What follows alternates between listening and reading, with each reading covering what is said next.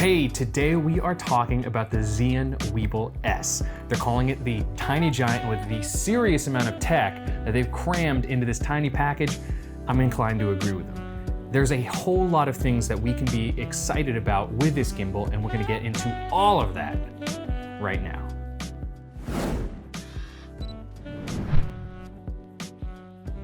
What's going on? Kyle here, helping you level up your photo, video, and audio. And like I said, we're talking about the Zhiyun Weebill S. It is a compact gimbal designed for mirrorless cameras. Zhiyun has made a lot of improvements from their previous models of gimbals, and they've priced the Weebill S at just about $400, depending on where you pick it up. I got mine at launch for just over $400 on Amazon. For the price, it's got features of much more expensive gimbals, and even some features that those expensive gimbals don't even have. So I've done a bunch of testing with the Weebill S, as well as use it live in production with clients. And I even got to take it on a cross-country trip earlier this year, back when that was like a thing that people would do. Anyhow, let's get to it. For my reviews, I like to go through some specific categories. First, some general info and specs and some of the unique features of the Weebill S. Then I'll go into the pros, the cons, and finally, who I think this gimbal is for and who I think this gimbal is not for. I do split up my reviews and unboxing, so if you're interested in seeing what comes in the box and some of my first impressions on the Weebill S, be sure to check the links in the description and on screen right now. And by the way, if you are into photo, video, and audio like I am, definitely click that subscribe button and that bell icon so you can keep track of everything that I'm up to. The first thing I look at with gimbals is what rigs can it handle. The Weebill S is a compact gimbal coming in at a bit under 1 kilogram. So if you're looking to mount a RED camera with cinema lenses, you're watching the wrong video. But for the majority of us that are using mirrorless cameras or DSLRs for filming, there's a lot to be excited about here. So at the time of filming this video, Zhiyun doesn't have a max payload rated on their website for the Weebill S. Instead, they take a slightly different approach and they list a bunch of popular camera and lens combinations as compatible.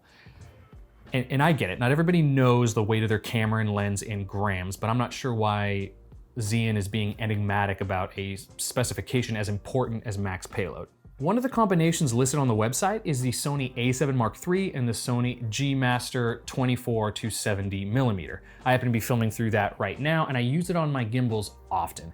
By my scale, that combination with the battery, memory card, lens hood, and all that is 1,671 grams, or for Americans, 3 pounds and 10 ounces. And there are several other popular combos listed on the website, and if you have a smaller rig than that, you're gonna be just fine. Among other gimbals in the Weebill S's price range, it definitely competes as far as max payload. Now, there are definitely affordable gimbals that can support much more weight, but nothing nearly as compact as the Weebill S. Here's the thing though, if you do not have a heavy camera and lens combination, there's just no like extra credit that you get if you have a gimbal rated for way more weight than you need. In fact, if you go too light, some larger gimbals are gonna have a hard time balancing those small cameras. So for its size, the Weebill S stands alone. The next thing I look for in a gimbal is the form factor. How do you hold the thing? Is there a two-handed setup? Is it a boom pole setup? Can you interact with the camera buttons when it's in use? Can you get a clear view of your LCD screen so you can see what you're filming when it's balanced on the gimbal?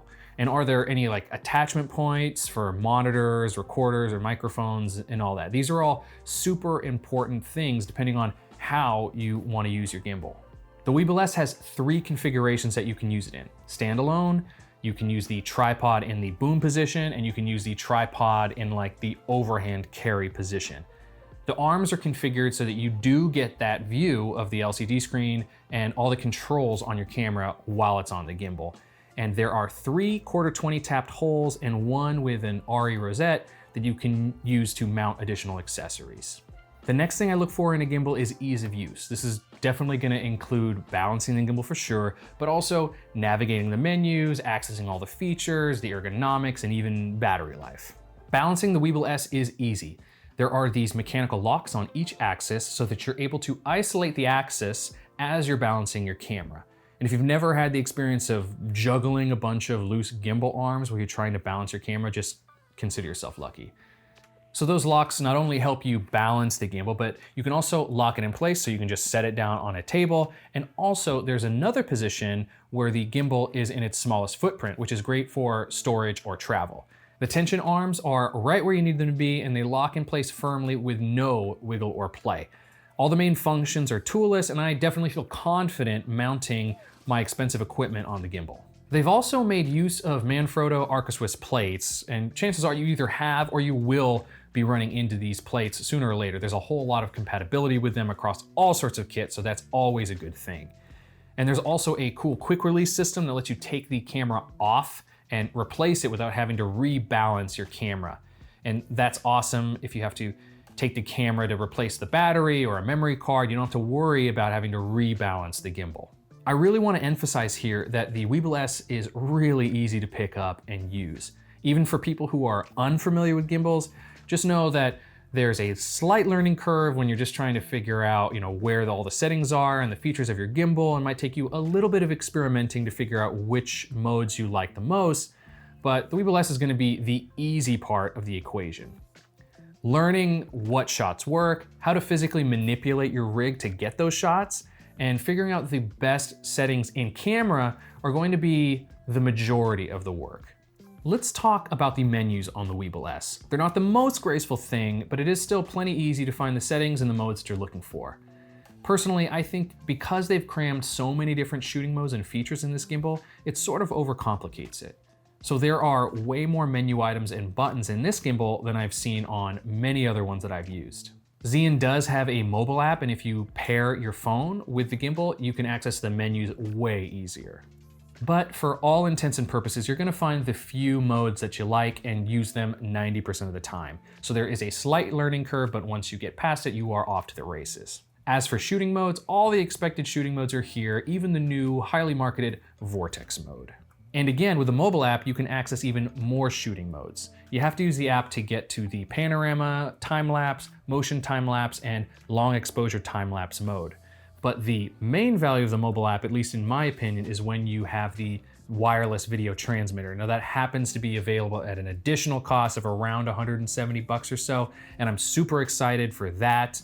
And I'll probably make a video on that when I get it, but I wanna stick to what comes with the gimbal stock for now. Now, as for battery life, it is excellent. Zhiyun claims 14 hours of continuous use on one charge, and through all of my testing and practical use, I've never come close to running out of batteries.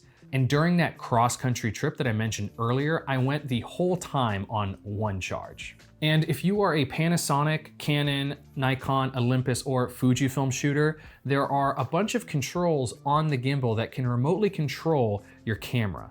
Unfortunately, for Sony shooters like me, we aren't so lucky. But I will include an extensive camera compatibility list in the description down below. So now is usually when I start talking about the pros of the thing that I'm reviewing, but at this point I feel like I would be repeating myself because everything in the feature set is so great here. I mean, Zhiyun really has done something impressive with the Weebill S. But if I had to pick just one thing to reiterate here, it's the compact form factor of the Weebill S. That's really the claim to fame here. It's amazing that all of the features that I talked about earlier can fit in a backpack. And I've even been able to fit it inside of a lens compartment on a camera kit carry-on bag that I fly with. And I don't have any worries about this thing bouncing around in a bag or in a case because it is a sturdy device, and remember, you can lock it.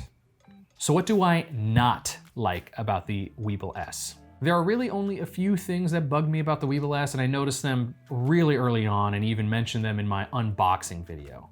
First is how the buttons are arranged on the handle. They're all right where I naturally want to grip the handle.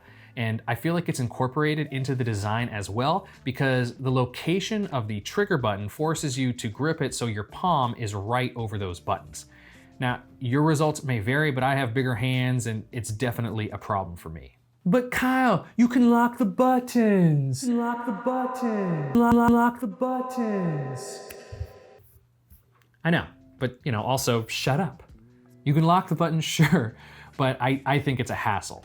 The easy fix I was using was just to always use the detachable tripod as a handle so that you have much more real estate to grip the gimbal. And on that note, ergonomics is a little bit of a pill. For one session, I was carrying the rig for around 2 hours, and by the end, my hands were killing me. The small size of the Weebill S makes it really portable, but not very well balanced. And even when you're using it in the more comfortable overhand carry position, you effectively can't set it down because you don't have a tripod now. So you have to unscrew it and then screw it back on the bottom, switch back and forth throughout the day. That's super annoying to me. There is a quick detach kit that's available at an additional cost, and I would recommend that if you buy this, just buy that outright. I've already ordered mine.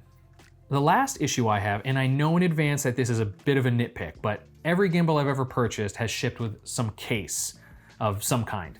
And the quality has definitely varied, but there was always something that helped you transit or store the gimbal. And that's important because form factors for gimbals vary wildly, and it's difficult to purchase one after the fact.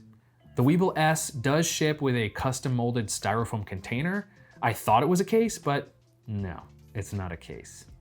It can't be locked, and there's nothing to keep it from popping open and having all your gear spill out in your bag. Psst, hey, Zhiyun, come here.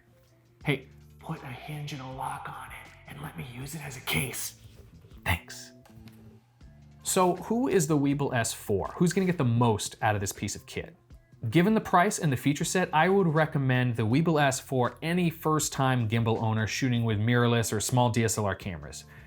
It's honestly a bit of a no-brainer. The technology has gotten to a point where anyone can just watch a couple YouTube videos and be perfectly capable of getting great shots right out the gate with a gimbal. Next, given the size and portability, I recommend the Weebill S for people who do a lot of traveling. I've traveled with the Ronin S, and that is not an easy thing. The Weebill S, however, packs small and travels easy. This is gonna be a big help for jet-setting professionals and hobbyists alike trying to get awesome footage wherever they go. So who is the Weebill S not for? This is a bit of a short list, and I do think that Zhiyun nailed it here, but yeah, it's not for everyone. First is someone who already owns a relatively modern gimbal. You're just not gonna get enough out of this new piece of kit. Frankly, if you're not doing a lot of traveling for filming, it's just not worth the expense to have another gimbal lying around. So let's say you already own a DJI Ronin S or SC or anything else. If you don't ever travel for filming, this gimbal wouldn't really be doing anything for you. I mean, it's an excellent gimbal, but it would be retail therapy if I'm being honest. But don't get me wrong, I love me some retail therapy. And if you're like me, you always want to have the newest and coolest stuff. So you could sell the one you own and pick this one up, and hey, if that's what you do, power to you. The bottom line is, if you already own a gimbal, this one is not gonna change your life. The next person that the Weebill S is not for, and I did mention this at the top of the video, but it bears repeating here, is anyone trying to balance cinema cameras and lenses. The Weebill S is not gonna be powerful enough to carry those payloads, so look elsewhere. So, the Zhiyun Weebill S. This gimbal has one of the most complete feature sets, an affordable price, and has one of the most portable form factors I've ever seen on a gimbal. It's just one solid piece of kit, and it's in my camera bag. I hope after watching this video, you know enough to decide whether or not it should be in yours. So, do you plan on picking up the Weebill S? Do you have any questions? Is there anything I didn't cover? Let me know down in the comments. And hey, if you do decide to pick up the Weebill S, I will have links in the description down below. And if you thought this video was helpful, let me know by clicking that like button. And lastly, thank you for watching. The internet is a big place, and so I am stoked that you're hanging out in my little corner of it. Until next time, cheers.